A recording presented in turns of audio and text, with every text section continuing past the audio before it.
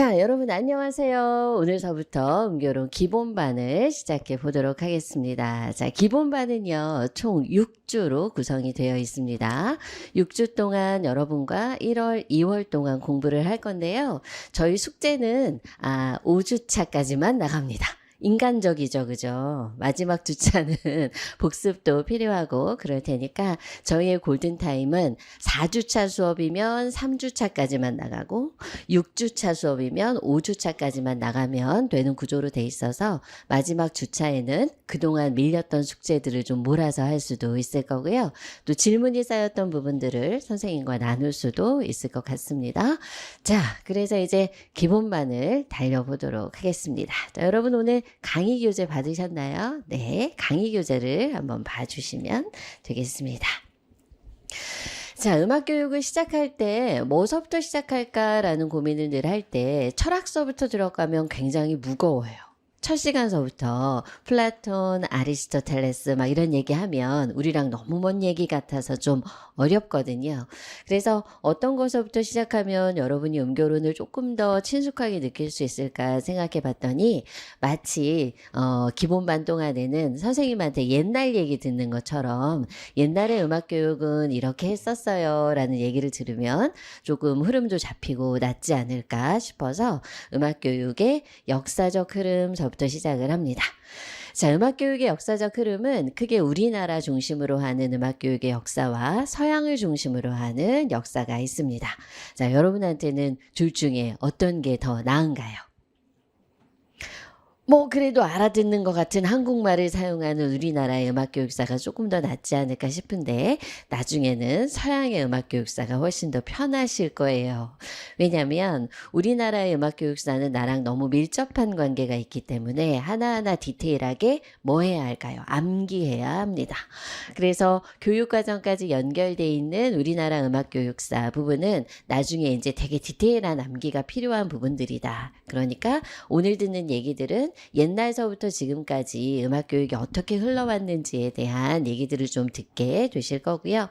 자, 우리가 오전에는 음악교육론 수업을 하고 오후에는 국악 수업을 하는데 오전에 하는 이 고대와 삼국시대라고 써있는 이 음악교육, 우리나라 음악교육의 흐름은 마치 이게 국악 시간인가? 라는 착각이 들기도 할 만큼 과거의 얘기들을 중심으로 해보겠습니다.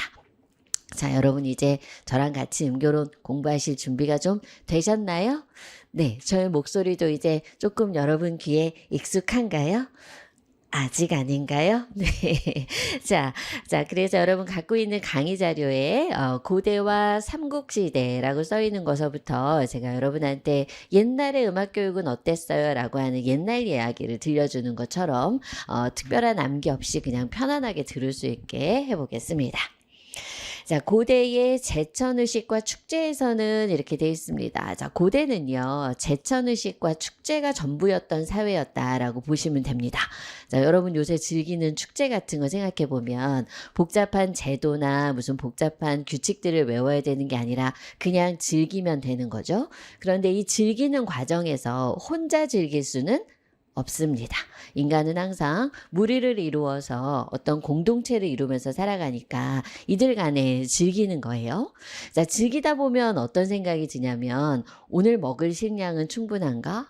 내일 먹을 건 있나? 그 다음엔 어떻게 되지? 라는 생각이 들기 시작할 때니까 내일도 먹을 게 풍족하게 해주세요. 모레도 제가 먹을 것들을 마련할 수 있게 해주세요. 라는 본능들이 생기겠죠? 자, 그럼 그걸 누구한테 말하면 들어줄까요? 엄마, 또 뭐 선생님, 아빠, 할아버지, 할머니 이런 사람한테 얘기하면 되겠죠? 그럼 그 사람들은 누구한테 얘기하면 들어줄까요? 할아버지의 할아버지, 할아버지의 할머니, 이런 사람들은 전부 어디에 계시나요? 돌아가셨죠? 그래서 전부 하늘에 계실 테니까 이들이 우리 후손들이 편안할 수 있게 계속해서 축제를 즐길 수 있게 먹을 걸 좀 만들어주세요 하는 거는 어디다 바랄 수밖에 없나요? 하늘에 바랄 수밖에 없습니다. 그래서 고대 시대의 가장 중요한 특징은 모여서 축제를 하다 보니까 어디에 기원할 수밖에 없었다. 하늘에 기원할 수밖에 없었다. 그냥 들어주세요 하면 너무 정신없이 들어주세요, 들어주세요, 들어주세요 막 이렇게 될 테니까 뭔가 의식을 만들고 다 같이 절차를 만들고 노래도 좀 부르고 기도도 가끔씩 하고 또 중요한 것들은 좀 바치기라도 하면서 마치 그들이 같이 우리와 존재하는 것처럼 만들어야 되겠죠. 이런 일괄적인 양식들, 의식들을 우리는 제천의식이라고 부릅니다. 어디에 기원하는, 하늘에 기원을 하는 원시적인 형태의 모습인 거죠. 자, 그래서 고대의 제천의식과 축제에서는 음악이 매우 중요한 역할을 했다라고 써 있습니다. 자, 그러니까 제가 첫 시간에 하고 싶은 얘기는 이런 거예요. 음악은 우리 삶에 있어서 너무 중요한 거고 우리가 있었을 때부터 원래 있었던 거다라는 얘기를 하고 싶은 거죠. 사회학이나 수학이나 뭐 천문학이나 다른 것들은 뭔가 연구가 필요했을지 모르지만 음악은 어떻게 보면 인간의 본성이고 본능이다라는 얘기예요. 자, 그럼 본성과 본능이 음악이라면 학생들한테 이 음악을 어떻게 가르쳐 주는 게 좋을까라는 공부가 당연히 필요하겠죠. 학생들도 인간이고 나도 인간인데 우리가 갖고 있는 본능은 음악 이라고 하는 게 있으니까요. 자, 그래서 음악이 매우 중요했다라는 말까지 여러분 잘 이해가 되는 거죠, 그죠? 자, 그럼 여기까지 가면서 제가 중요한 키워드 3개만 뽑아 볼게요. 한 문장 지금 했는데 한 문장 중에서 중요한 키워드는 제천의식, 축제, 그다음에 음악이라고 하는 말이에요. 이 3가지가 제일 중요합니다. 자, 특히 고대인들은 온 마을의 남녀노소가 한데 모여 며칠 동안 밤낮을 가리지 않고 노래하며 춤추며 술을 마시며 즐겼다. 이렇게 돼 있어요. 자, 두 번째 문장에서는 특별히 볼 키워드는 없죠. 그냥 전반적인 배경을 이해하시면 되는 거였고요. 첫 번째에서 끌고 갔던 제천의식, 축제, 음악이라고 하는 말을 풀어서 설명해주는 그런 말에 해당이 되겠습니다. 자, 이러한 예는 부여의 영고, 고구려의 동맹, 동해의 무천. 이제 심상치 않죠. 아, 제천의식의 이름들이 나오기 시작하니까 이제부터 외워야 될 것들이 필요하구나라는 생각이 드실 거예요. 자, 그래서 부여의 영고, 고구려의 동맹, 동해의 무천.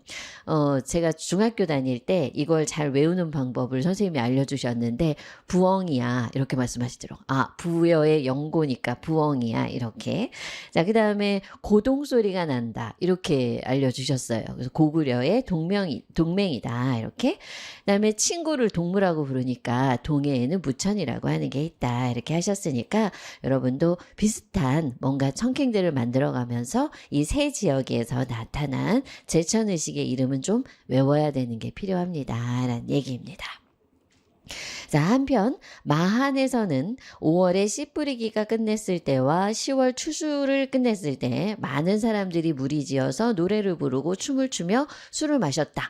자, 이제 제천의식이라고 하는 거는 노래를 부르며 춤을 추며 술을 마신다 라고 하는 건 이해가 됐죠? 혼자서? 아니, 남녀노소 누구나 다 같이 공동체를 이루어서 한다. 자, 그런 것들이 여러 군데에서 있었는데 특히 마한이라고 하는 나라를 보면 5월에 씨를 뿌리고 10월에 추수를 했다. 이렇게 돼 있어요. 자, 그럼 인간이 농경사회를 시작하면서 되게 중요하게 생각했던 2가지 의식이 있었겠네요. 하나는 뭐 할 때? 씨 뿌릴 때. 하나는 뿌려놓은 걸 걷어들일 때. 그러니까 주로 제천의식은 언제 일어나느냐? 씨를 뿌리고 걷어들일 때 일어나게 된다라고 하는 거예요. 자, 이제 슬슬 뭐가 생기기 시작하냐면 질서와 제도가 생기기 시작하죠. 다 같이 그냥 어울려서 노래 부르고 춤추고 하는 제천의식을 중구난방으로 하다가 이제는 시즌을 정하게 되고 인간에게 중요한 의식들을 찾아가게 되는 그런 여정이 시작이 되겠습니다. 자, 이러한 고대의 제천의식과 축제에서 연행된 음악이라고 되어 있으니까 제가 아까 처음에 시작할 때 중요한 키워드가 몇 가지라고 얘기했나요? 3가지라고 얘기했죠. 이 3가지 중에 뭐가 있었나요? 제천의식, 축제, 음악. 이 3가지 키워드는 뗄래야 뗄 수가 없는 거였고, 이걸 나라에서 하는 어떤 의식 명칭이 있었는데 부엉이, 고동소리, 동해의 무천, 동무 이런 것들로 연결이 됐었다라고 암기를 해두면 되겠고요. 나머지 것들은 이해를 하시면 되겠습니다. 자, 이렇게 해서 고대의 제천의식이라고 하는 얘기가 끝나게 되는데, 이때는 당연히 시대가 원시적인 시대였으니까 체계적인 교육이 있지 않았겠죠. 그죠? 자, 그 다음에 다 같이 그냥 할머니가 하면 나도 따라하고 언니가 하면 나도 따라하던 이런 시절이어서 구전에 의한 교육과 집안에서 자연스럽게 일어나는 교육들이 있었을 것이다 라고 가겠습니다. 자, 그래서 여러분 기본반이잖아요. 그죠? 기본반이니까 텍스트를 읽을 때 또는 공부를 할 때 어떻게 해야 되는지를 선생님을 따라한다 이렇게 생각하시면 될 것 같은데요. 되게 많은 줄글들이 있지만 사실 첫 번째 나가는 문장, 그다음에 중요한 키워드 이런 애들을 풀어서 설명하는 구조로 대부분의 텍스트가 되어 있어요. 여러분 요새 책을 많이 읽지 않기 때문에 문해력들이 많이 떨어지는데 임용고사 준비를 하다 보면 정말 글 읽어내는 게 너무 힘든 상황이 될 거예요. 이 글을 읽어내는 상황 와중에 내가 암기해야 될 것들을 가리는 거 이런 것들을 찾아가는 연습들을 좀 하면 좋겠습니다. 자, 제가 첫 번째 1번 괄호 1번의 패러그래프 설명하면서 중요한 키워드가 몇 개라고 말했죠? 3개입니다. 자, 이제 여러분 이 글을 읽으면서 중요한 키워드를 찾을 수 있겠죠. 제천의식, 축제, 음악. 제천의식, 축제, 음악. 이런 말들. 그다음에 중간에 외우라고 했던 요런 애들 말이에요. 요런 애들. 부여의 연곡. 그래서 하루 종일 매일매일 축제할 수 없으니까 제천의식은 주로 어느 시기와 어느 시기 한다. 씨를 뿌릴 때와 추수할 때 한다. 이 정도의 지식이 여러분 머릿속에 돌아가면 되겠습니다. 자, 그 다음에 이제 삼국시대이기 때문에 여러분이 아는 삼국시대는 세 나라잖아요. 그죠? 그래서 고구려, 백제, 신라 이렇게 이루어지는 나라인데 국악에 있어서는 여러분이 제일 잘 아는 악기가 가야금인 것처럼 가야라고 하는 나라가 꽤 중요합니다. 그래서 사실은 삼국시대가 아니라 국악이나 우리나라에 있어서는 마치 사국시대 같은 느낌인 거예요. 근데 가야를 왜 별도의 나라로 하나로 앉혀줄까요? 사실은 삼국이 아니라 사국이잖아요. 그죠? 가야까지 포함하면. 근데 왜 삼국시대라고 얘기하냐면 가야는 좋지 않게 망했기 때문이에요. 그것까지 나라에 넣어주기에는 금방 있었다가 사라졌다. 이런 얘기인데, 자, 그럼 어떤 나라는 오래 가고 어떤 나라는 금방 사라질까요? 뭔가 체계가 잡혀 있거나 질서가 잡혀서 잘 돌아가는 나라는 살아남겠지만 뭔가 자기 기분대로 한다든지 사회 질서가 만들어져 있지 않은 나라는 망하게 될 거예요. 자, 그럼 여러분 가야라고 하는 나라는 금방 망했고 고구려, 백제, 신라는 결국 신라로 통일하게 되는데 이 가야라고 하는 나라의 음악은 어땠을 것 같아요? 망했으니까. 자기 기분대로 했으니까 이 시대의 음악은 이 나라의 음악은 어땠을까요? 굉장히 화려하고 자기 주장이 강하고 돋보이는 어떤 음악들이 중심이었겠죠. 근데 나머지 고구려, 백제, 신라라고 하는 나라의 음악들은 뭔가 정리돼 있고 정돈돼 있고 교육하는 제도가 체계적이었을 거예요. 그래서 약간 이제 임용고사는 생각하는 능력이 좀 필요합니다.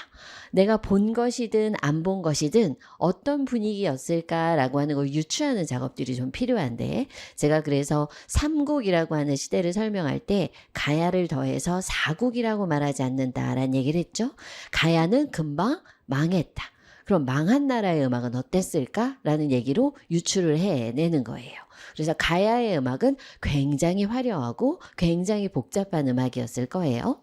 자, 그럼 이 가야금을 받아들인 신라 입장에서는 이 가야의 음악을 어떻게 하고 싶었을까요?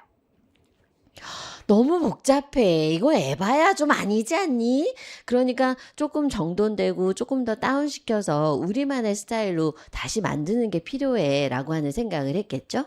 자, 그 정도로 삼국시대나 사국시대의 사람들은 각자 나라마다 분위기가 너무너무 달랐던 거예요. 그래서 가야의 음악을 신라 사람들이 들으면 뭐 저런 정신없는 음악이 다 있어 라고 생각했을 거거든요.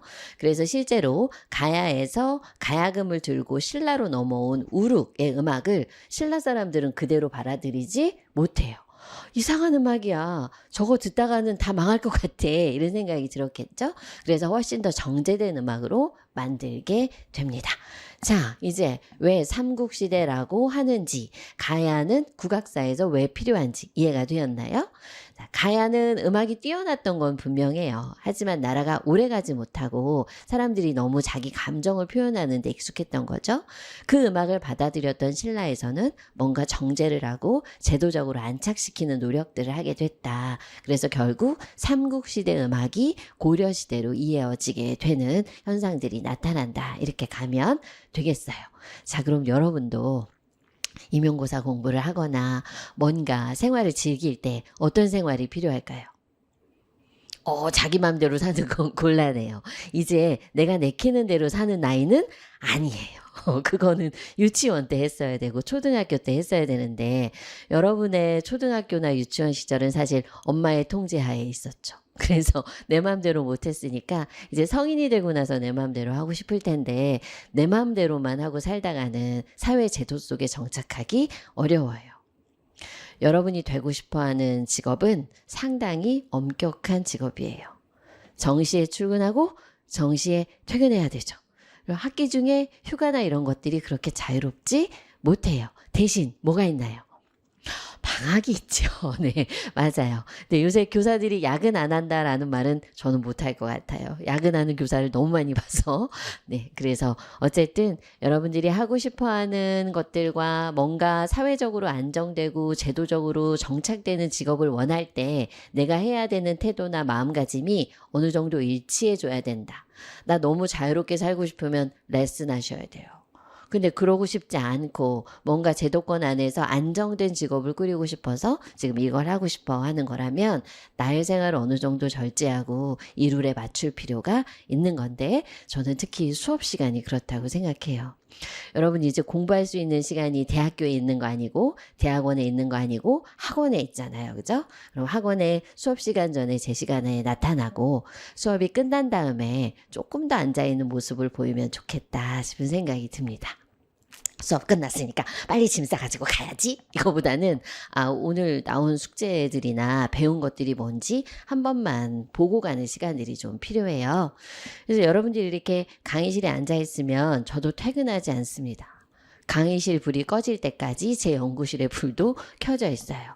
그 얘기는 공부하다가 모르는 게 있거나 다시 확인하고 싶은 게 있으면 어떻게 하면 된다는 거예요. 쪼로로 오시면 된다는 거예요.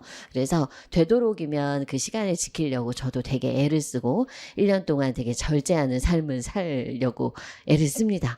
그러니 여러분도 같이 그런 직업을 원하니까 그렇게 행동해 주셨으면 좋겠다라는 말씀을 드려요. 그래서 연구실은 언제나 열려 있고요. 강의 있는 날은 여러분이 다 가기 전에는 전 가지 않으니까 와서 질문을 하신다든지 선생님하고 같이 공부를 하시면 좋겠다 싶은 생각이 듭니다. 무슨 얘기하다 여기까지 왔나요? 삼국시대의 가야가 망한 얘기하다가 여기까지 왔습니다. 자, 이제 하나씩 들어가 보죠. 자, 제일 첫 번째로 제가 소개할 나라는 고구려예요. 왜 고구려를 제일 먼저 소개할까요? 교육적인 일들이 가장 먼저 일어났으니까 그렇겠죠. 자, 삼국사기 약지에는 진에서 보내온 칠연금을 재상이었던 왕산악이 새롭게 개량을 했다 이런 얘기가 써 있어요. 자, 인물이 하나 등장합니다. 왕씨성을 가진 산악이라고 하는 인물이 하나 등장을 해요. 자, 왕산악 앞에 수식되어 있는 말이 하나 있는데 칠연금 재상이라고 하는 말입니다. 자, 둘 중에 어떤 게 악기인가요? 칠연금이 악기죠. 그죠? 자, 칠연금을 어디서 보내줬나요? 진이라고 하는 나라는 한국인가요? 중국인가요? 중국이죠. 자, 그럼 정리하면 중국에서 악기를 하나 보내줍니다. 어디로? 고구려로. 자, 이거 하나 가져가 봐 하고 보내준 거예요. 자, 그렇게 보내준 악기의 줄은 몇 줄인가요? 7줄인 거예요. 그죠? 7줄인 악기가 하나 왔고 당시 벼슬을 갖고 있었던 왕산악이라고 하는 인물이다. 그래서 여기 있는 이 재상이라고 하는 말은 이 사람의 벼슬을 뜻해요. 자, 그럼 일반적인 백성들은 중국에서 보내온 악기를 쉽게 접할 수 있었을까? 안 되는 거지, 그지? 자, 그럼 이 시대의 음악이라고 하는 거는 주로 누구의 전유물이었을까? 돈 가진 사람, 권력 가진 사람, 왕 이 사람들만 뭘 누릴 수 있었냐면 음악이라고 하는 고차원적인 취미를 누릴 수 있었던 거예요. 자, 그러니까 제도가 정착되기 시작하면서 남녀노소가 누구나 즐기고 있었던 제천의식에서 이제 나라가 갖추어지기 시작하면 음악은 누구께 됐다. 권력을 가진 사람, 그다음에 왕의 음악이 된다. 이렇게 받아들이면 되는 거예요. 사실 그래서 첫 문장이 별거 아니지만 되게 많은 시대적 배경을 내포하고 있죠. 자, 고구려라고 하는 나라는 누구랑 교류를 했다. 중국과 교류를 했을 것이다. 거기서 뭘 받아왔다. 악기를 하나 받아왔다. 그 악기는 몇 줄짜리? 7줄짜리다. 그럼 7줄짜리 악기만 있었던 게 아니라 1줄짜리, 3줄짜리, 5줄짜리, 7줄짜리, 9줄짜리 여러 줄 악기가 있는데 그중에서 가장 적절한 7줄짜리 악기를 받아온 거죠. 이걸 다룰 수 있었던 사람은 왕산악인데 왕산악은 어떤 사람이야? 일반적인 백성이 아니라는 거죠. 벼슬을 갖고 있는 사람만 음악을 다룰 수 있었다. 그런 얘기예요. 자, 그래가지고 이 사람이 칠연금을 가지고 연주를 하는데 이 사람 스타일로 만들었다라고 하는 게 저는 되게 중요하다고 생각해요. 이 사람이 새롭게 개량했다. 이렇게 돼 있죠. 7줄 가지고 내 음악을 표현하기에는 좀 문제가 있네. 이걸 좀 바꿔볼까? 해서 검은고라고 하는 악기를 만들었다. 자, 여러분 알다시피 검은고는 몇 줄이냐면 6줄이에요. 자, 그러니까 7줄짜리 악기를 주더라도 우리는 어떻게 하는 민족인 거예요? 내 스타일대로 바꾸는 민족인 거예요. 6줄로 만들고 뭔가 내가 음악을 편하게 연주할 수 있게 개량을 해서 만들었고 여기 뭐라고 돼 있냐면 100여 곡을 작곡했다 이렇게 돼 있어요. 자, 그럼 옛날에는 연주하는 사람이 스스로 뭘 했다? 작곡을 했다 이런 얘기예요. 그러니까 작곡가가 별도로 있지 않았던 거죠. 자, 그럼 작곡가는 왜 별도로 없었을까? 얘기했잖아, 그지? 악기를 다룰 수 있는 사람은 누구라고? 권력을 가진 사람 또는 왕이었단 말이야. 이 사람들은 지적인 능력이 있고 다른 사람들을 지배할 수 있는 능력이 있으니까 음악도 어떨 수 있었냐면 자기 마음대로 만들 수 있는 능력이 있었던 거예요. 그래서 옛날에는 작곡가와 연주자가 분리되지 않고 같이 있는 모습들을 보이게 됩니다.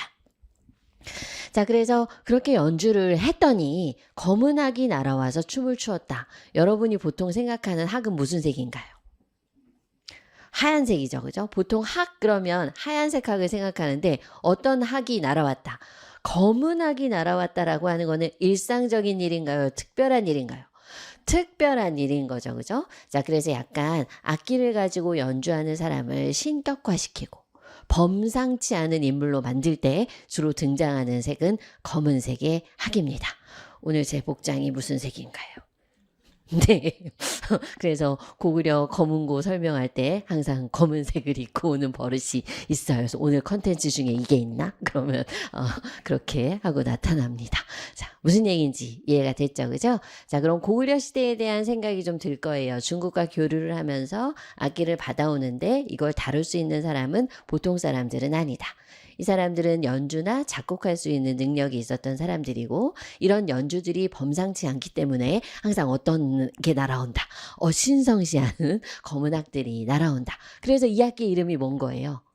흰고 아니잖아요. 그죠? 흰고 아니고 검은고 이렇게 부르게 되는데 우리는 현악기를 금이라고 안 불러요. 우리나라에서는 현악기를 고라고 부릅니다. 그래서 가야금 아니었어요. 뭐였을까요? 가야고였어요. 그래서 가야고 또는 가얏고 이렇게 부르던 악기였고 그래서 검은 악이 날아왔으니까 이것도 흰고가 아니라 검은 고 이렇게 부르는 거고 중국에서는 모든 악기들을 이 금자라고 하는 걸 현악기 금자를 써서 금 이렇게 부르는 거예요. 자, 그럼 가야고가 가야금이 됐다는 건 무슨 얘기인가요? 중국을 따라하고 싶었겠죠. 그죠? 아무래도 우리보다 큰 나라니까 그래서 우리 가야고라는 말 대신에 가야금 이렇게 부르자. 검은고라고 하는 것도 검은색의 금이다 라는 뜻에서 현금 이렇게 부르게 됩니다. 검을현 들어봤나요? 네, 하늘 천 땅지 검을현 누를 황할 때 그 검을 현자를 써서 현금 이렇게 부르기도 합니다. 자, 그래서 이렇게 왕산악을 통해서 만들어진 검은고 음악은 당시에 검은고 연주자들한테 전수가 되었겠죠. 그죠? 자, 그래서 고구려 시대에 기억할 악기는 칠연금을 받아서 뭘 만들었다? 검은고를 만들었다. 검은고라고 부르는 이유는 검은색의 학이 날아왔기 때문이고, 이걸 연주하고 개량한 사람은 작곡가이자 연주자였던 누구다? 왕산악이었다. 이 정도 기억해 주면 되겠습니다. 자, 그 다음에 고구려의 얘기를 듣다 보면 백제의 얘기도 약간 짐작이 되지 않아요? 뭐 비슷할 것 같아요. 어느 나라랑 교류해가지고 뭘 받아들이거나 뭘 갖다 주거나 이런 모습이었겠죠. 그죠?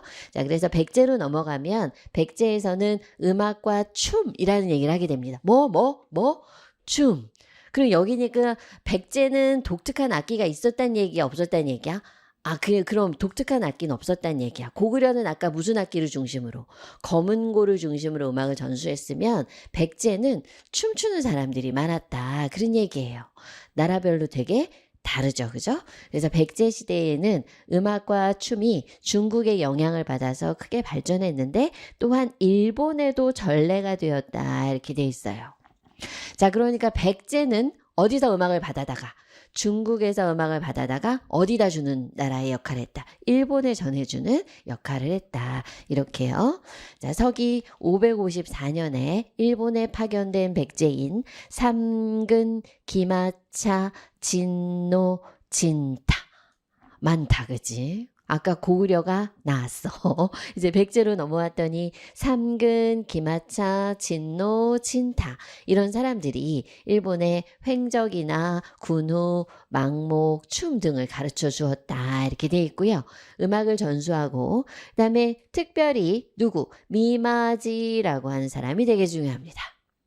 미마지는 소년들을 모아서 오나라에서 배워온 오나라는 어느 나라일까요? 한중일 중에 중국이겠죠. 그죠? 중국에 진나라도 있고 오나라도 있고 이렇게 여러 나라가 있었을 시절이니까 오나라에서 배워온 기악무를 가르쳤다. 기악무라고 하는 말을 딱 살펴봤더니 여기 무자가 춤출 무자예요. 그러니까 기악무라고 하는 건 어떤 거냐면 탈춤이에요. 탈춤.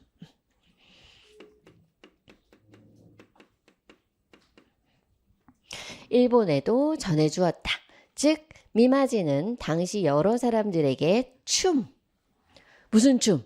탈춤. 어디서 배워온? 오나라에서 배워왔어. 근데 그 당시는 탈춤이라고 안 부르고 뭐라고 불렀다? 기악무라고 불렀다. 이런 거니까 저는 백제에서는 미마지, 기악무, 기악무가 좀 낯서니까 탈춤. 이것만 기억하겠어요. 기마차, 진노, 진타, 삼근 이런 사람들은 약간 옵션인 뜻이고 백제에서 사실 제일 중요한 사람은 누구다? 미마지다. 근데 미마지는 검은고나 칠연금 이런 거랑 관계없고 뭘 추었다? 탈춤을 추었다. 그래서 이 가면이 있잖아요. 이 미마지가 썼던 가면이 아직도 일본에는 보존이 되어 있습니다. 부럽죠, 그죠? 우리는 백제시대 유물, 금동대향로 이런 거밖에 없는데 얘네는 미마지의 가면을 아직도 보존하고 있다. 그런 얘기예요. 자, 그만큼 일본이라고 하는 나라는 뭔가가 수용되면 바꾸지 않고 보존하는 데 되게 특별한 능력을 가진 나라다 싶은 생각이 듭니다. 자, 그래서 백제 미마지, 기악무를 전수해줬다. 음악에 관한 별도의 기록이 있다기보다는 백제에서 전수한 것들은 미마지, 기악무, 탈춤이라고 하는 게 중요합니다. 자, 여기까지 내용을 한번 정리해 볼까요?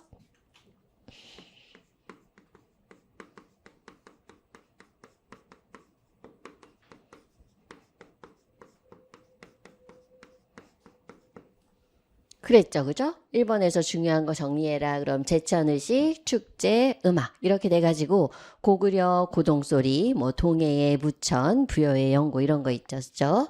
자, 그다음에 두 번째는 고구려였어요. 자, 고구려에서 제일 중요하게 생각하는 인물은 누군가요? 왕산악이었죠, 그죠? 왕산악이 중국에서 보내온 칠연금을 고쳐서 만든 악기의 이름은 무엇입니까? 검은고. 이렇게 되겠죠. 그죠? 자, 그 다음에 3번까지 나갔는데 누구냐면 백제라고 하는 나라인데 백제에서는 뭐가 중요하니까? 춤이 중요하니까 중요하게 연결되는 사람의 이름은 미마지. 그다음에 기양모. 이 기양모라는 말이 좀 어려우니까 내가 알아듣는 말로 바꾸면 탈춤 이렇게요. 이런 식으로 정리하시면 돼요. 자, 지금 여러분 국악사 시간 아니에요. 놀랍게도 음교론 시간이라 저는 국악에 관한 얘기를 시작을 했지만 사실은 음교론 시간이라 중요하게 대표적인 사람들만 기억하면 되겠죠. 근데 저게 국악사에서 들어가면 조금 더 디테일하겠지만 지금은 음교론 시간이고 우리나라 음악교육의 지금 흐름을 살펴보는 중인데 이 두 가지 나라는 어디에 속하나요? 삼국시대에 속하는 나라입니다. 자, 이렇게 정리해 놓으시면 되고요. 그 다음에는 가야와 신라로 넘어가겠습니다. 제가 아까 대략 설명을 했죠. 그죠? 가야가 왜 멸망했는지, 신라는 어떤 음악을 갖고 있는지. 자, 우룩은 원래 가야국의 사람이었대요. 그러니까 우룩이 하는 음악은 굉장히 화려하고 정신없는 음악이었던 거예요. 가야국이 멸망했어요. 그래서 이 가야국의 멸망이 우리한테 주는 교훈이 뭐냐면 자기 마음대로 하다가는 망한다 이런 얘기야. 어느 정도의 뭐가 필요하다. 절제가 필요하다. 그런 얘기입니다. 제자 이문이라고 하는 사람과 함께 신라로 망명을 합니다. 왜 신라로 오는 거죠? 자기 나라가 망했으니까 그 옆에 있는 나라로 가게 됩니다. 그는 신라의 진흥왕으로부터 좋은 대우를 받으며 작품을 쓰면서 제자를 양성했대. 그러니까 우룩도 연주자이자 뭐였던 거야? 작곡가였던 거지, 그치? 옛날에는 연주자와 작곡가가 분리가 되지 않은 상황이었고, 진흥왕은 우룩을 왜 받아들였을까? 아, 우리나라 음악은 좀 재미가 없는데 저 가야의 음악은 너무 재밌단 말이야. 그래서 거기 있는 음악을 좀 가져와서 우리나라 음악으로 만들면 좋겠다 이런 생각에서 가야를 받아들입니다.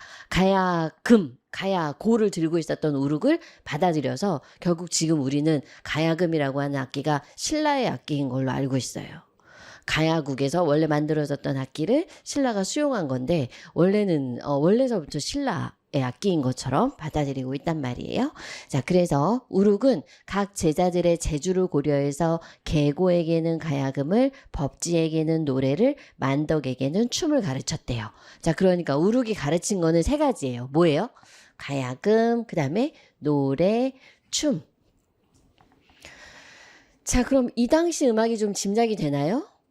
가야금을 연주하는 누군가 있고 그 음악에 맞춰서 노래하는 누군가가 있었을 거고 여기에 맞춰서 뭘 하는 춤을 추는 이런 모습이었다라고 하는 짐작이 좀 가능하죠. 그다음에 저는 여기에 핵심은 이건 것 같아요. 각 제자들의 재주를 고려해서 학생들의 능력을 고려한 개인별 맞춤 교육을 시작한 거죠. 아, 너는 가야금이 제일 낫겠어. 아, 너는 꼬라지 보니까 춤을 좀 잘 출 것 같아. 이렇게 뭔가 학생들한테 맞는 맞춤형 교육을 벌써 실시한 사람이 누구다? 우룩이다 이런 얘기인 거야. 그래서 내가 너희한테 가르쳐 줄게 가야금, 노래, 춤 이렇게 세 가지가 있는데 세 명의 제자를 선발할 때도 각자의 재주에 맞추어서 너는 가야금을 한번 해보고 너는 춤을 춰보고 너는 노래를 해보는 게 어때? 라고 하는 수준별 교육을 실시하기 시작했다. 그런 얘기인 것 같아요. 자, 그래서 이걸 외울 때 저는 이렇게 외웠어요. 셋 다 외우면 너무 헷갈리니까 가야금은 기역으로 시작하잖아. 그래서 이름 중에 누구? 개고. 그 다음에 약간 법지가 있고 만덕이 있으면 법지는 어떤 느낌이냐면 스님의 느낌인 거야. 법지 스님 이런 것처럼. 선제 스님 이런 것처럼. 그래서 법지는 왠지 뭘 잘할 수밖에 없냐면 스님들이니까 노래를 잘할 것 같은 나하바레반나바라 막 이런 거 잘할 것 같은 느낌인 거고. 근데 만덕이는 왠지 뭘 잘 출 것 같아. 춤을 되게 잘 출 것 같아. 그래서 만덕은 춤이었다 이렇게 기억을 합니다. 이렇게 기억한 얘기들은 사실 잘 안 잊어버려요. 기억이니까 가야금의 계고였던 거 알면 나중에 법지랑 만덕이 나왔을 때 연결시키기가 좀 쉽겠죠. 그래서 이제는 종목이 어떻게 되냐면 다양해집니다. 그래서 악기만 가르치거나 춤만 가르치는 상태가 아니라 악기와 노래와 춤을 동시에 가르치는 모습을 보이게 돼요. 자, 이렇게 해서 전수합니다. 전수가 곧 교육의 흐름이니까 우룩이라는 스승 밑에 계고, 만덕, 법지 이런 사람들이 있었고 춤, 노래, 악기 이런 것들을 가르쳤다라고 보시면 됩니다. 자, 그 다음 얘기들을 보면 우르크로부터 12곡을 배운 이 세 사람은 배운 음악 중에 5곡을 선정해서 전수했다. 이게 뭔 말이야? 우르크이 몇 개 가르쳐 줬는데. 12개 가르쳐 줬는데 계고만덕 법지는 다 못하겠어. 몇 개만 할 거야. 5개만 할 거야. 그럼 이들은 왜 5개만 하겠다고 결정했지? 가야 음악이 어떠니까? 너무 심하잖아. 너무 자극적이야. 이런 건 음악이라 할 수 없으니까 우리 입장에서는 우리 정서에 맞는 몇 개만, 5개만 전승을 하겠다. 이렇게 결심을 한 거예요. 그럼 우르크 입장에서는 기분이 좋아, 나빠? 뭐지 얘네들? 이런 생각이 들었겠지? 그래서 우르크이 그 5곡을 들어봤어요. 그랬더니 너무 좋은 거야. 그러니까 음악이라고 하는 게 뭐든지 다 보여주는 것보다는 뭔가 절제하는 게 좋다라는 걸 깨닫게 된 거죠. 그래서 이런 유명한 말을 남깁니다. 낙이불유 에이불비. 즐거운데 흥청거리지 않아. 즐거워. 분명히 낙해, 즐거워. 그런데 지나치지 않다. 라는 뜻이에요. 즐거운데 도를 넘지 않아. 슬픈데 비통하지 않아. 이런 아주 유명한 말을 남기게 돼요. 그래서 얘는 바른 음악의 표준이에요. 바른 음악이라고 하는 거는 어때야 되냐? 즐거운데 지나치지 않아야 되고 슬픈데 비통하지 않아야 되는 거야. 자, 그래서 여러분의 마음도 낙이불유 에이불비 했으면 좋겠습니다. 공부를 하는 게 마냥 짜증나고 막 힘들고 이런 거보다는 막 놀 때 좋아 죽겠는 것보다는 약간의 절제가 필요하고 이런 절제들이 음악의 품격을 만든다. 이렇게 생각하는 말인 거예요. 그래서 선생님은 우르크를 좋아하는 포인트가 몇 개 있는데 일단 제자들 알아보고 재주에 맞춰서 종목을 선별했다라고 하는 거 되게 마음에 드는 점이고 제자에게 모든 음악을 가르쳤지만 제자들이 좋다고 하는 음악을 자기가 빠르게 수용을 하게 됩니다. 낙이불유 에이불비. 괜찮아. 그거 즐거운데 지나치지 않고 슬픈데 비통하지 않다. 이런 뜻이에요. 슬픈 걸 예를 들어 봅시다. 슬프면 막 이렇게 통곡하는 사람들 있잖아. 막 꺼이꺼이 우는 사람들. 근데 그거보다 또르르. 이게 더 우아해 보이지 않니? 그지? 너무 슬픈데 자기가 자제해서 눈물 한 방울 흘리는 게 더 우아해 보이잖아. 이런 뜻인 거야. 좋다고 막 이렇게 움직이는 것보다 이렇게 하는 게 훨씬 더 흥겨워 보이고 세련돼 보이는 거 말이야. 그래서 우르크이라고 하는 사람은 시대적인 트렌드를 좀 앞서가고 음악에 품격을 준 사람 같다. 제자를 양성할 때 어떤 게 적성에 맞는지 고려한 참 스승 같다. 이런 느낌이 듭니다. 자, 그래서 가야와 신라에 있었던 사람들 중에서 제일 중요한 사람은 누구? 우르크. 우르크이 길렀던 3명의 제자에게 전수한 것들은 뭐? 가야금, 노래, 춤 이런 거다 갑니다. 자, 그래서 4번에 가야와 신라를 볼 때 이건 2가지로 나눠주는 게 좋겠어요. 원래 가야의 음악은 누구로 시작해서 우르크로 시작해서 그들한테 전수한 것은 가야금, 그다음에 노래, 춤 이런 거 가르쳤는데 사실 그 스승 밑에 그 제자라고 우르크이 가르쳤지만 사실 훨씬 더 뛰어난 제자들이 만들어놨던 음악을 듣고 우르크이 이렇게 말했죠. 뭐라고? 낙이불유 에이불비다 이렇게 얘기했는데 그게 무슨 얘기냐면 즐거운데 지나치지 않고 슬픈데 비통하지 않다 이런 뜻을 갖고 있어서 절제된 음악의 모습을 보여준다 이렇게요. 자, 그 다음에 밑에 이제 신라로 넘어가서 어떤 얘기가 있는지 살펴보겠습니다. 자, 여러분 교육하는 데 있어서 제일 중요한 건 뭐냐면 교육기관이에요. 여러분도 지금 대학원까지 끝나고 이제 임용고사 준비하려니까 전문적인 기관에 왔죠. 그래서 학원에 와서 앉아있는 것처럼 저는 대학 교수가 아니에요. 저는 학원 강사예요. 학원 강사의 가장 중요한 것은 여러분이 합격하는데 가장 적합한 교육을 해야 됩니다. 제가 대학 교수처럼 품격을 따지거나 학교 선생님처럼 인격을 다루는 그런 사람들 아니란 말이에요. 어떻게든 1년 교육을 받은 애들한테 최상의 임고 성적을 약속해줘야 되는 그런 상황인 거다. 그래서 말하다 보면 약간 격이 떨어지는 표현도 있고 왜? 난 학원 강사니까 이런 생각을 많이 하게 돼요. 내가 대학 교수나 학교 선생님처럼 굴지는 않아요. 자, 그래서 어쨌든 무슨 얘기냐면 뭐가 제일 중요하냐면 교육할 수 있는 기관이 제일 중요합니다. 음악기관. 자, 그럼 고구려, 백제, 신라 중에 가장 먼저 음악교육기관을 설립한 나라는 어디냐면 신라예요. 그래서 누가 통일하죠? 신라가 통일하게 됩니다. 그러니까 뭔가 제도적으로 정착시킬 때 제일 중요한 것은 기관이에요. 그걸 맡아보는 기관이라고 하는 게 필요합니다. 자, 우리나라의 국악은 신라시대 음성서부터 시작해서 지금의 국립국악원까지 이어지고 있어서 국립국악원 설명을 보다 보면 이런 얘기를 보게 돼요. 1000년 이상 된 기관이다. 국악원이?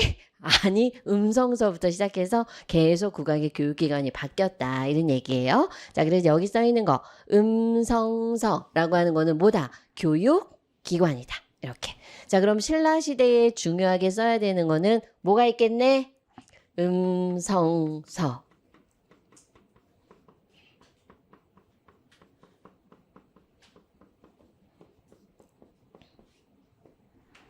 음악교육을 가르친 뭐가 있었다? 기관이 있었다. 그래서 결국 음악을 통일하게 되는 나라도 어디다?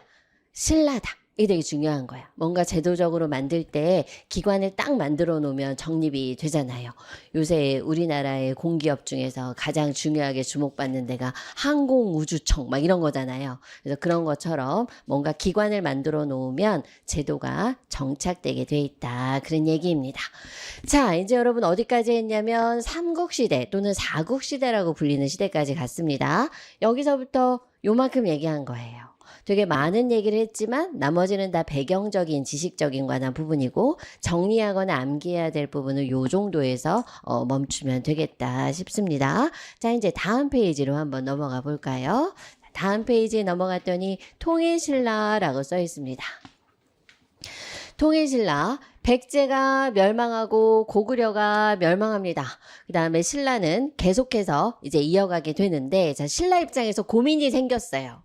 우리는 요만큼만 통치하던 나라였잖아요. 근데 이제 고구려도 먹었고 백제도 먹었으니까 거기에는 음악들을 받아들여야 됩니다. 자, 근데 아까 선생님 설명했듯이 삼국은 우리나라에 있을 뿐이지 사실 정서가 완전 다른 나라고요. 말이 다 달라요. 그래서 고구려에서 뭐라고 하는 말을 신라에서 못 알아듣는 지경이었던 거예요. 그러니까 마치 지금 한국, 중국, 일본이 있는 것처럼 고구려, 백제, 신라는 전혀 다른 문화를 갖고 있었던 나라인 거예요. 자, 그럼 신라 시대 사람들 입장에서, 신라 사람 입장에서는 고구려 음악이 어땠을까? 이상해. 아까 가야 음악이 이상했던 것처럼 신라인의 입장에서 백제 음악은 어땠을까? 뭐야. 이런 입장이었겠지. 왜냐면 우리는 우리 정서에 맞는 음악을 계속 만들어 오고 지켜왔는데 다른 나라랑 통일됐다 그래서 그들의 음악을 한 번에 받아들이기는 너무 어려웠던 거예요. 특히 무슨 악기? 검은고. 검은고는 고구려에 있었던 그놈의 검은고. 선생님 지금 여기 써놓은 것도. 근데 가야금은 아무 문제가 없어. 왜 문제가 없어? 지네가 오래전부터 받아들였던 악기니까 문제가 없는데 누가 가장 큰 문제야? 이거 어떡하지? 싶었겠지. 그래서 사람들이 검은고를 좋아했을까 안 좋아했을까? 안 좋아해. 그럼 안 좋아하면 교육을 했을까 안 했을까? 안 했어. 그럼 검은고가 어떻게 될까? 없어지겠지. 근데 그러기에는 검은고가 너무너무 좋은 악기라는 안목을 갖고 있었던 왕이 있었던 거야. 그래서 어떻게 했냐면 억지로 시켜요. 옥보고야 일로 와. 옥보고 일로 와. 너 오늘서부터 검은고 하는 거야? 너 이거 갖고 지리산 들어가. 그래서 지리산에 처박혀 갖고 50년 동안 뭔 죄야. 근데 그래서 불려갑니다. 옥보고가 불려갑니다. 그래서 밑에 제자들을 계속 양성하면서 검은고를 지켜주게 되는, 여기에서 우리나라 음악 교육의 가장 또 결정적인 상황이 나오는 거죠. 자칫 검은고가 어떻게 될 뻔했어? 없어질 뻔했어. 왕산악이 만들었던 검은고 신라 사람들은 안 좋아했단 말이야. 근데 여러분 지금 제가 하는 말은 가야금 음악과 검은고 음악을 들어보면 대번에 알아요. 가야금은요 되게 말랑말랑한 소리가 나요. 그냥 그 줄 튕기면 그 소리가 나죠. 땅땅 띠당 띠당 땅 띠당 땅. 손쉽게 연주가 가능해요. 근데 검은고는 처음에 검은고 연주할 때 술대라고 하는 막대기를 들고 있는데 얘로 검은고 내려치면 타악기 소리밖에 안 나요. 딱딱 이런 소리밖에 안 나. 근데 얘가 둥 소리를 날 때까지 얼마나 오래 걸리는 줄 알아? 손에 굳은 살이 엄청 많이 박혀야 둥 이런 소리가 나게 되는데 이 둥 소리가 가야금의 땅땅 띠당 띠와 달라. 둥 하는 소리는 마치 북소리 같기도 하고 줄이 울리는 울림이 깊기 때문에 나한테 바로 와닿게 되거든. 그래서 처음에 배울 때 가야금 배우겠다고 생각한 친구들이 나중에 검은고로 바꾸는 케이스도 되게 많아요. 가야금 되게 얕은 음색이 나지만 검은고는 굉장히 잘 울리는 음색이 나서 그래요. 자, 무슨 얘기냐면 이 사람들이 가야금에 익숙하지만 검은고라는 악기가 별로 안 좋아서 안 연주를 하게 되고 없어지게 되니까 옥보고라고 하는 사람을 부릅니다.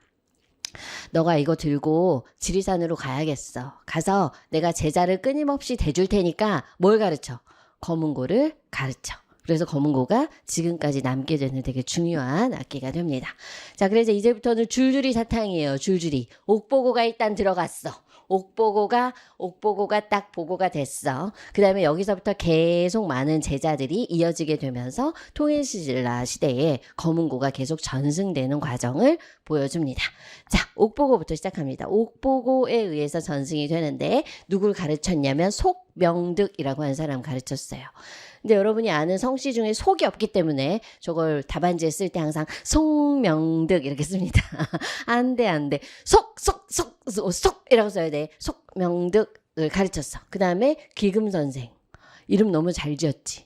뭐를 귀하게 금을 귀하게 만드는 귀금선생까지 갑니다. 자, 옥보고, 속명득, 귀금선생. 그 다음서부터는 애들이 진짜 또 안 배우려고 하는 거야. 귀금선생 밑에. 그래서 안장, 청장. 몇 명이야? 2명. 안장, 청장. 안장, 청장에게 가르쳤다? 근데 이 안장, 청장 다음에 또 애들이 안 오는 거야. 그래서 이 안장이 결단을 내립니다. 할 수 없다. 나에게는 아들이 있다. 그래서 안장의 아들 극상, 극종까지 이어지게 됩니다. 그래서 여기까지 잘 이어가는 것들이 필요합니다. 자, 그래서 제가 어떻게 쓸 거냐면 5번 통일신라로 넘어가 볼게요.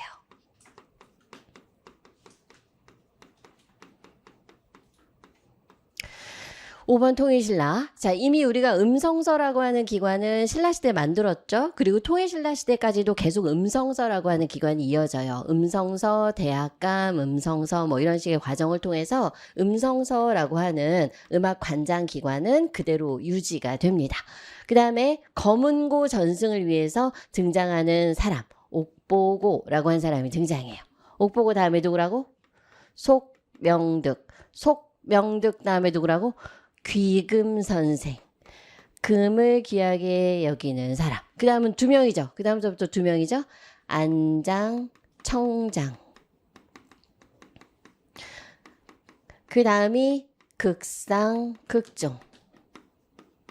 끝. 여기까지 하고 나면 이제 검은고를 배우겠다는 사람들이 줄을 서게 됩니다. 그러니까 어떤 악기가 끊어질 때쯤 되면 한 50년 동안만 작정하고 가르치면 그 악기는 계속 이어지게 된다. 그런 얘기인 거예요.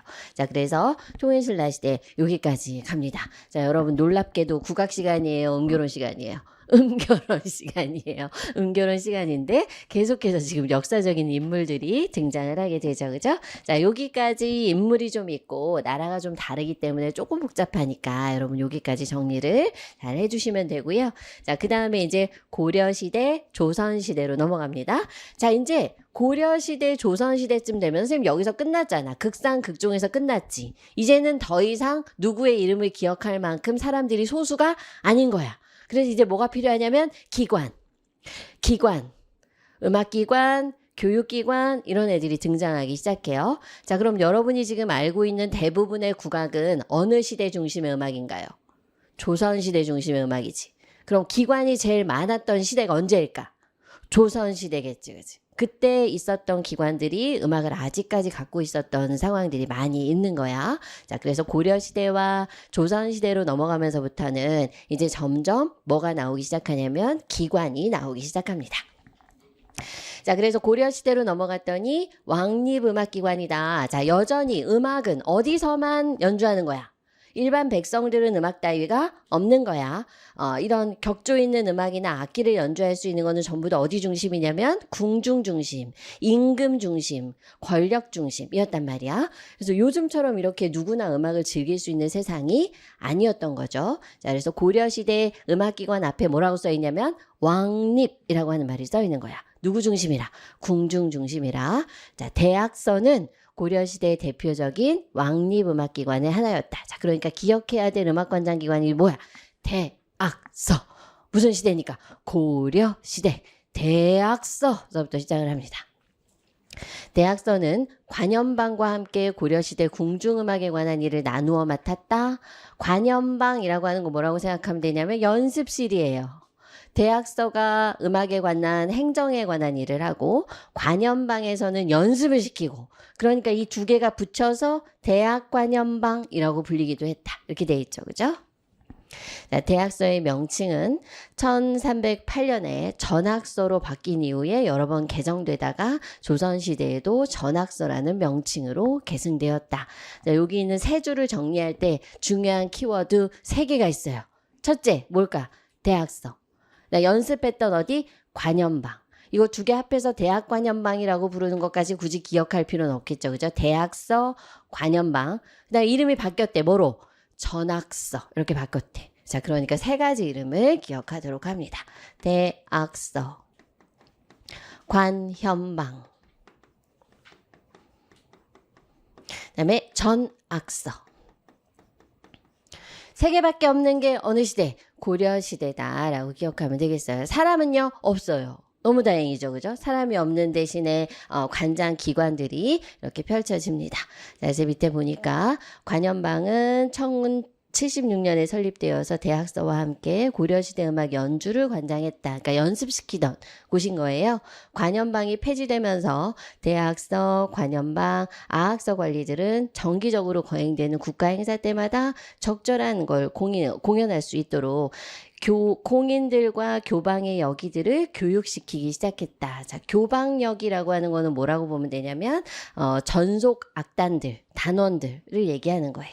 그래서 이런 사람들을 교육시키고 감독했다라고 돼 있으니까 고려시대의 제일 중요한 기관 세 가지, 대학서, 관현방, 전학서 이렇게 된다. 자, 그 다음에 이제 조선시대로 넘어가게 됩니다. 자, 조선시대로 넘어갔더니 이제 이 기관들에 속해 있는 사람들을 나누기 시작해요. 근데 사실 저 사람들은 별로 중요하지 않으니까 여러분 이것만 기억하면 돼요. 무슨 방과 무슨 방이 있습니까? 좌방과 우방이 있다. 마치 남자 여자가 있는 것처럼 좌방과 우방이 있는데 여러분 느낌상 뭐가 더 중요한 것 같아? 항상 좌방이 제일 중요해요. 그래서 이렇게 결혼식 할 때도 보면 약간 신랑 신부 서는 거 보면 왼쪽에 신랑이 쓰고 오른쪽에 신부가 쓰는 이런 모습이잖아요. 그죠? 그래서 약간 우리나라는 어느 쪽을 중요하게 생각하냐면 왼쪽을 되게 중요하게 생각해요. 격식을 따질 때 왼쪽이라고 하는 부분을 조금 더 중요하게 생각해서 좌방, 우방 이렇게 나누기도 했다. 자, 그 다음에 여기는 문무라고 써 있고 여기는 무무라고 써 있잖아요. 자, 그럼 문무가 좋을까 무무가 좋을까? 문이 더 좋겠지, 그지? 왜? 우리는 글깨나 익힌 사람, 학문깨나 연구하는 사람을 더 중요하게 생각하고, 뭔가 무술이나 기술을 갖고 있는 사람들이 약간 천시하는 경향들이 있었으니까. 자, 그래서 이렇게 나누게 된다라는 걸 외울 필요 없고요. 어떻게 생각하면 되냐면, 그냥 음악관장 기관의 종류가 여러 개로 나오다 보니까, 이제 한 기관에 속해 있던 사람들을 역할에 따라 뭐 하기 시작했다? 분류하기 시작했다. 이 정도만 기억하시면 되겠습니다. 자, 이 정도 역할을 구분하는 데까지 내려오려면 무슨 시대가? 조선시대가 돼야 된다. 그래서 조선시대가 됐으니까 새로운 기관들이 등장하기 시작합니다. 기관의 이름이 새롭죠? 뭐라고 돼 있어요? 봉상시 이렇게 돼 있네요.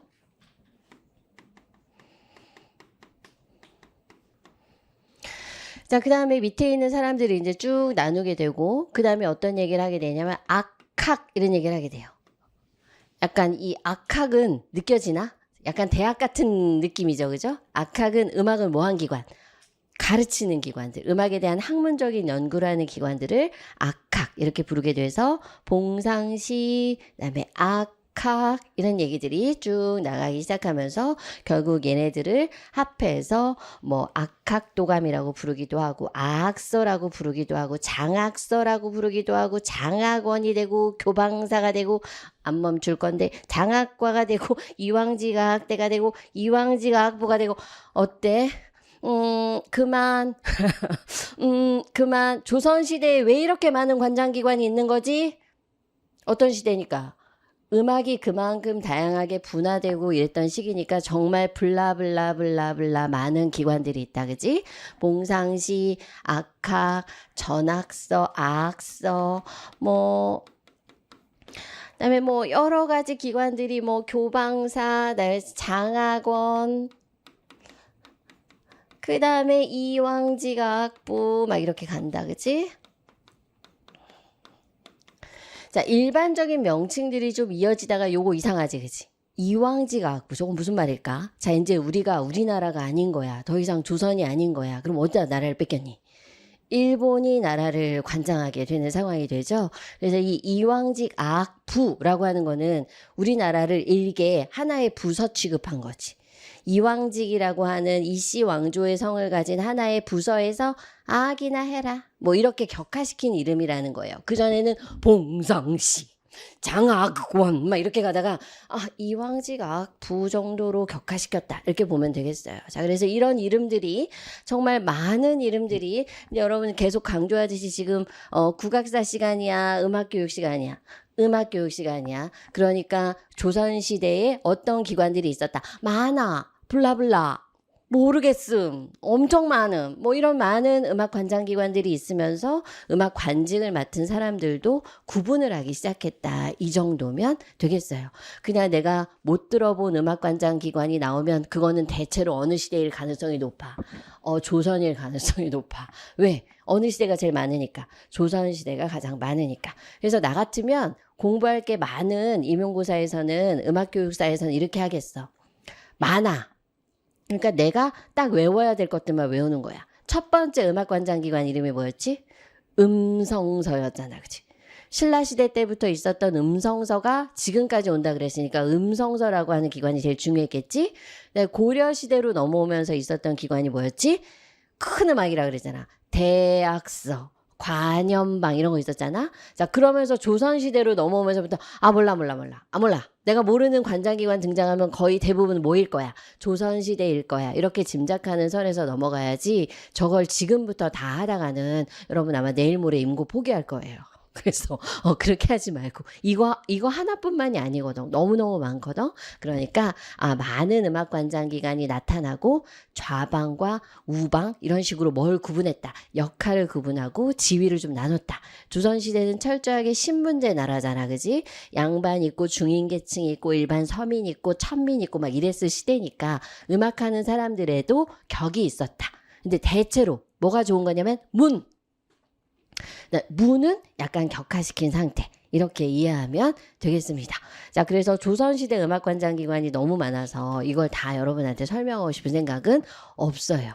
근데 일제시대로 넘어가는 조선시대가 끝나고 나서 일제시대의 음악을 받게 되는 일제강점기의 음악을 받게 되는 기관은 이왕직 악부인데 여태까지 있었던 명칭 중에 가장 가슴 아픈 이름인 거야.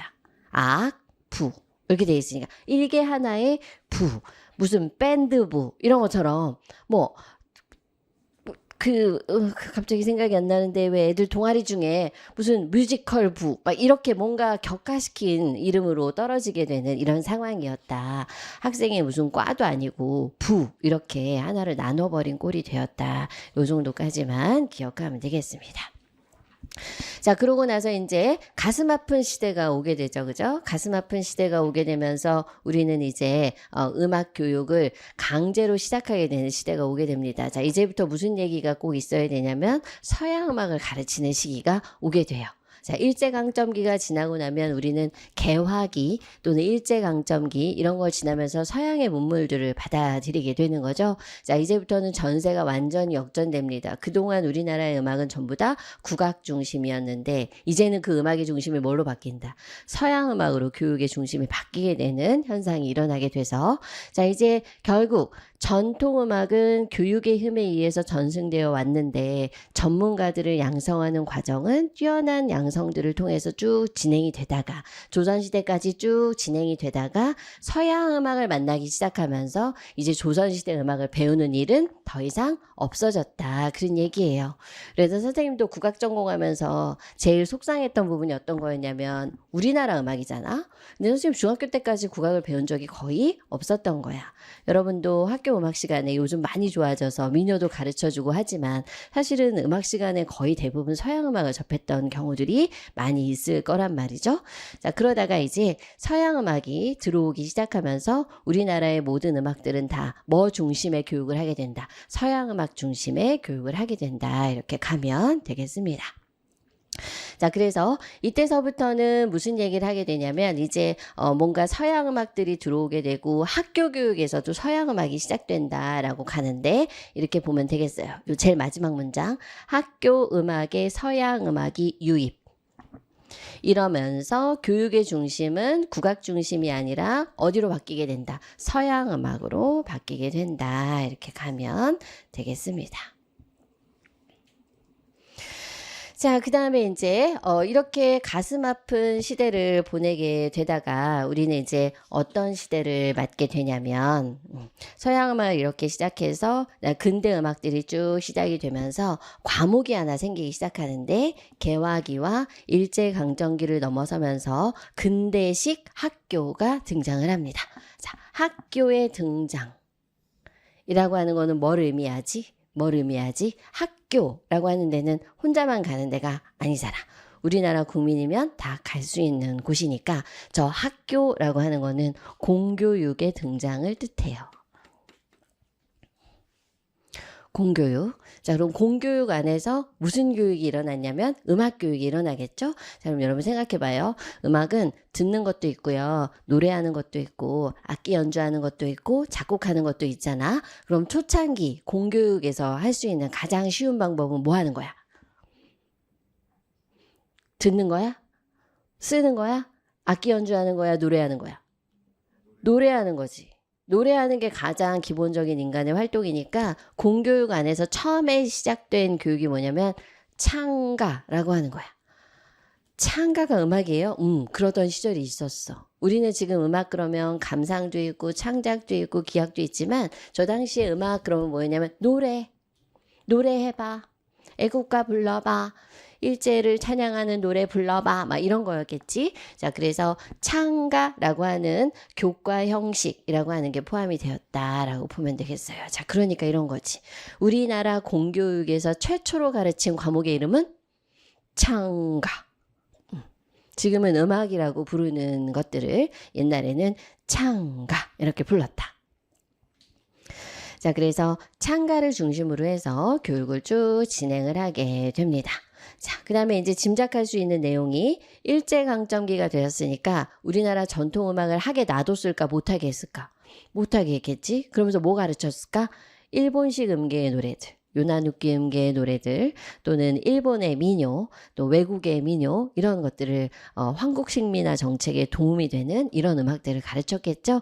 그래서 그 당시 음악 교육의 중심은 창가를 중심으로 해서 일본에게 필요한 음악 교육을 시키는 이런 상황이었다라고 보면 되겠습니다. 그래서 일제강점기에는 전부 그런 노래들을 가르치기 시작했어요. 자, 그럼 우리가 그냥 받아들였을까 속상했을까? 속상했겠지. 그래서 우리 나름대로 할 수 있는 게 뭐였냐면 동요였어요. 동요. 우리 나름대로 할 수 있는 대응 방법이 동요의 작곡과 보급이라고 하는 거였습니다. 자, 이제 동요가 생겼단 말이야. 자, 동요는 여러분 알다시피 누가 부르는 노래야? 어린이들이 부르는 노래잖아. 맑고 순수한 노래잖아. 그러니까 맑고 순수한 자연의 우리나라의 상황을 빗대는 음악들을 만들 수 있었던 거야. 그래서 푸른 하늘은 하수, 하얀 쪽배에 뭐 달나라로 가면서 이런 노래들을 만들기 시작하게 되는 거죠. 자, 그래서 저 동요의 작곡가 보급이라고 하는 거에서 중요한 거는 이거야. 한국 아동의 정서를 담은. 자, 그럼 무슨 음계였을까? 오음음계, 민요풍의 선율 이런 걸 활용했겠지. 우리나라가 갖고 있는 것들을 동요에 담기 시작합니다. 자, 어느 동요나 처음 작곡한 동요가 제일 중요한데 최초의 동요는 1924년 윤국영이 작곡한 반달이다. 그래서 우리는 저 노래의 제목을 푸른 하늘 은하수 이렇게 알고 있는데 푸른 하늘 은하수는 첫 번째 가사고 저 노래의 제목은 반달이라고 하는 겁니다. 그래서 하얀색 옷을 입은 우리나라 사람들이 희망을 향해서 나아가는 모습들을 달나라에 가는 것들로 비유한 이런 노래들 반달이라고 하는 노래들이 작곡을 하기 시작하는데 이런 것들은 은유적으로 또는 간접적으로 현실의 슬픔을 담고 있었다. 그런 얘기야. 우리가 대놓고 우리 민족 최고다 이러면 안 되니까 우리는 질 수 없어 이러면 안 되니까 그런 소망이나 염원을 자연에 비유한다든지 뭔가 로 가는 희망적인 가사를 담는다든지 이런 걸 하게 되는데 한국 아동의 정서를 담아야 되니까 어떤 풍으로 작곡하게 된다. 민요풍으로 작곡을 하게 된다. 그런 얘기야. 그래서 우리가 외국의 동요 같은 거보다는 한국의 동요가 더 와닿고 아리랑 같은 노래가 좋은 이유는 한국인의 정서를 많이 담고 있어서 그런 거다라고 볼 수 있겠습니다. 자, 그러고 나서 이제 우리나라 동요까지 만들어 놨잖아. 그럼 이제 공교육에서 노래 말고 다른 걸 시키면 되는데 이 와중에 빵! 빵빵! 뭐가 터집니다, 이제. 한국전쟁이 일어나게 되죠. 그래서 더 이상 음악교육이라고 하는 거는 지속할 수 없는 상태가 만들어지는 가슴 아픈 현실들이 반복이 됩니다. 그래서 근현대로 넘어오면서부터 50년대, 60년대, 70년대, 80년대로 가면서 한국전쟁을 극복하고 우리만의 교육을 만들어내는 시기로 가게 되겠습니다. 자, 여러분 제가 어디로 훌쩍 뛰어넘었냐면 고려시대서부터 시작해서 삼국시대 설명을 되게 자세하게 했죠. 삼국시대 설명을 되게 자세하게 하고 고려시대 때부터는 뭔가 제도화된 음악기관이 중요합니다. 하고 고려시대 중요한 기관들 대학서, 관현방, 전학서 이런 얘기한 다음에 조선시대를 퉁쳤어요. 조선시대를 퉁친 이유가 얼마나 많은 음악관장기관이 있었게 얼마나 많은 음악교육들이 있었게 하는 얘기를 퉁친 이유는 근대화 교육으로 넘어오는 데 있어서 이거는 국악사적인 사실이기 때문에 그래요. 그러니까 고려시대나 조선시대로 오면서 있었던 세부적인 얘기들은 음악교육에서 퉁칠 일이 아니다. 그리고 음악교육에서 할 수 있는 얘기는 많은 관장기관이 있었고 다양한 음악들, 궁중음악, 민속음악, 판소리, 민요, 잡가 이런 애들이 많이 있었던 얘기들은 이제 국악시간으로 넘겨야 된다 이런 얘기고 우리가 조선시대에 할 수 있는 얘기는 조선시대까지는 국악을 지키는 활동들이 되게 활발하고 많은 음악관장기관이 있었다 정도면 될 것 같아요. 자, 그래서 아까 얼핏 들었던 기관 중에 봉상시, 뭐 장학원 이런 거 있다가 갑자기 훅 떨어지면서 뭐가 남았지? 이왕직 악부 이런 게 남았고 그 다음에는 창가라고 하는 서양식의 음악교육이 시작된 공교육 얘기서부터 시작을 했다가 이제 전쟁을 겪으면서 우리나라 음악이 어려워졌습니다까지 얘기했거든요. 자, 근데 지금 여러분 한국전쟁을 지나고 나서 지금까지 오면서 음악교육은 어떤 모습을 보였어요? 노래 교육만 하지 않고 감상도 하고 창작도 하고 학교에서 대중가요도 가르쳐주고 다른 다문화 음악들도 가르쳐주면서 눈부신 발전을 지금까지 해오고 있잖아요. 그러니까 음악교사를 지금도 많이 뽑아주고 있는 거잖아요. 그래서 여기까지 이제 나아가는 희망적인 얘기는 잠깐 쉬었다 이어가도록 하겠습니다. 자, 그래서 음악교육사 우리나라 부분을 할 때 삼국시대까지 탄탄하게 해주세요. 고려시대나 조선에 관한 얘기들은 국악사 시간에 좀 더 보충하면 되고 많은 기관들이 있었던 거죠. 그다음에 창가라고 하는 서양식 음악 교육이 시작이 돼서 지금까지 어떻게 발전했는지 얘기는 잠깐 쉬었다가 하도록 하겠습니다.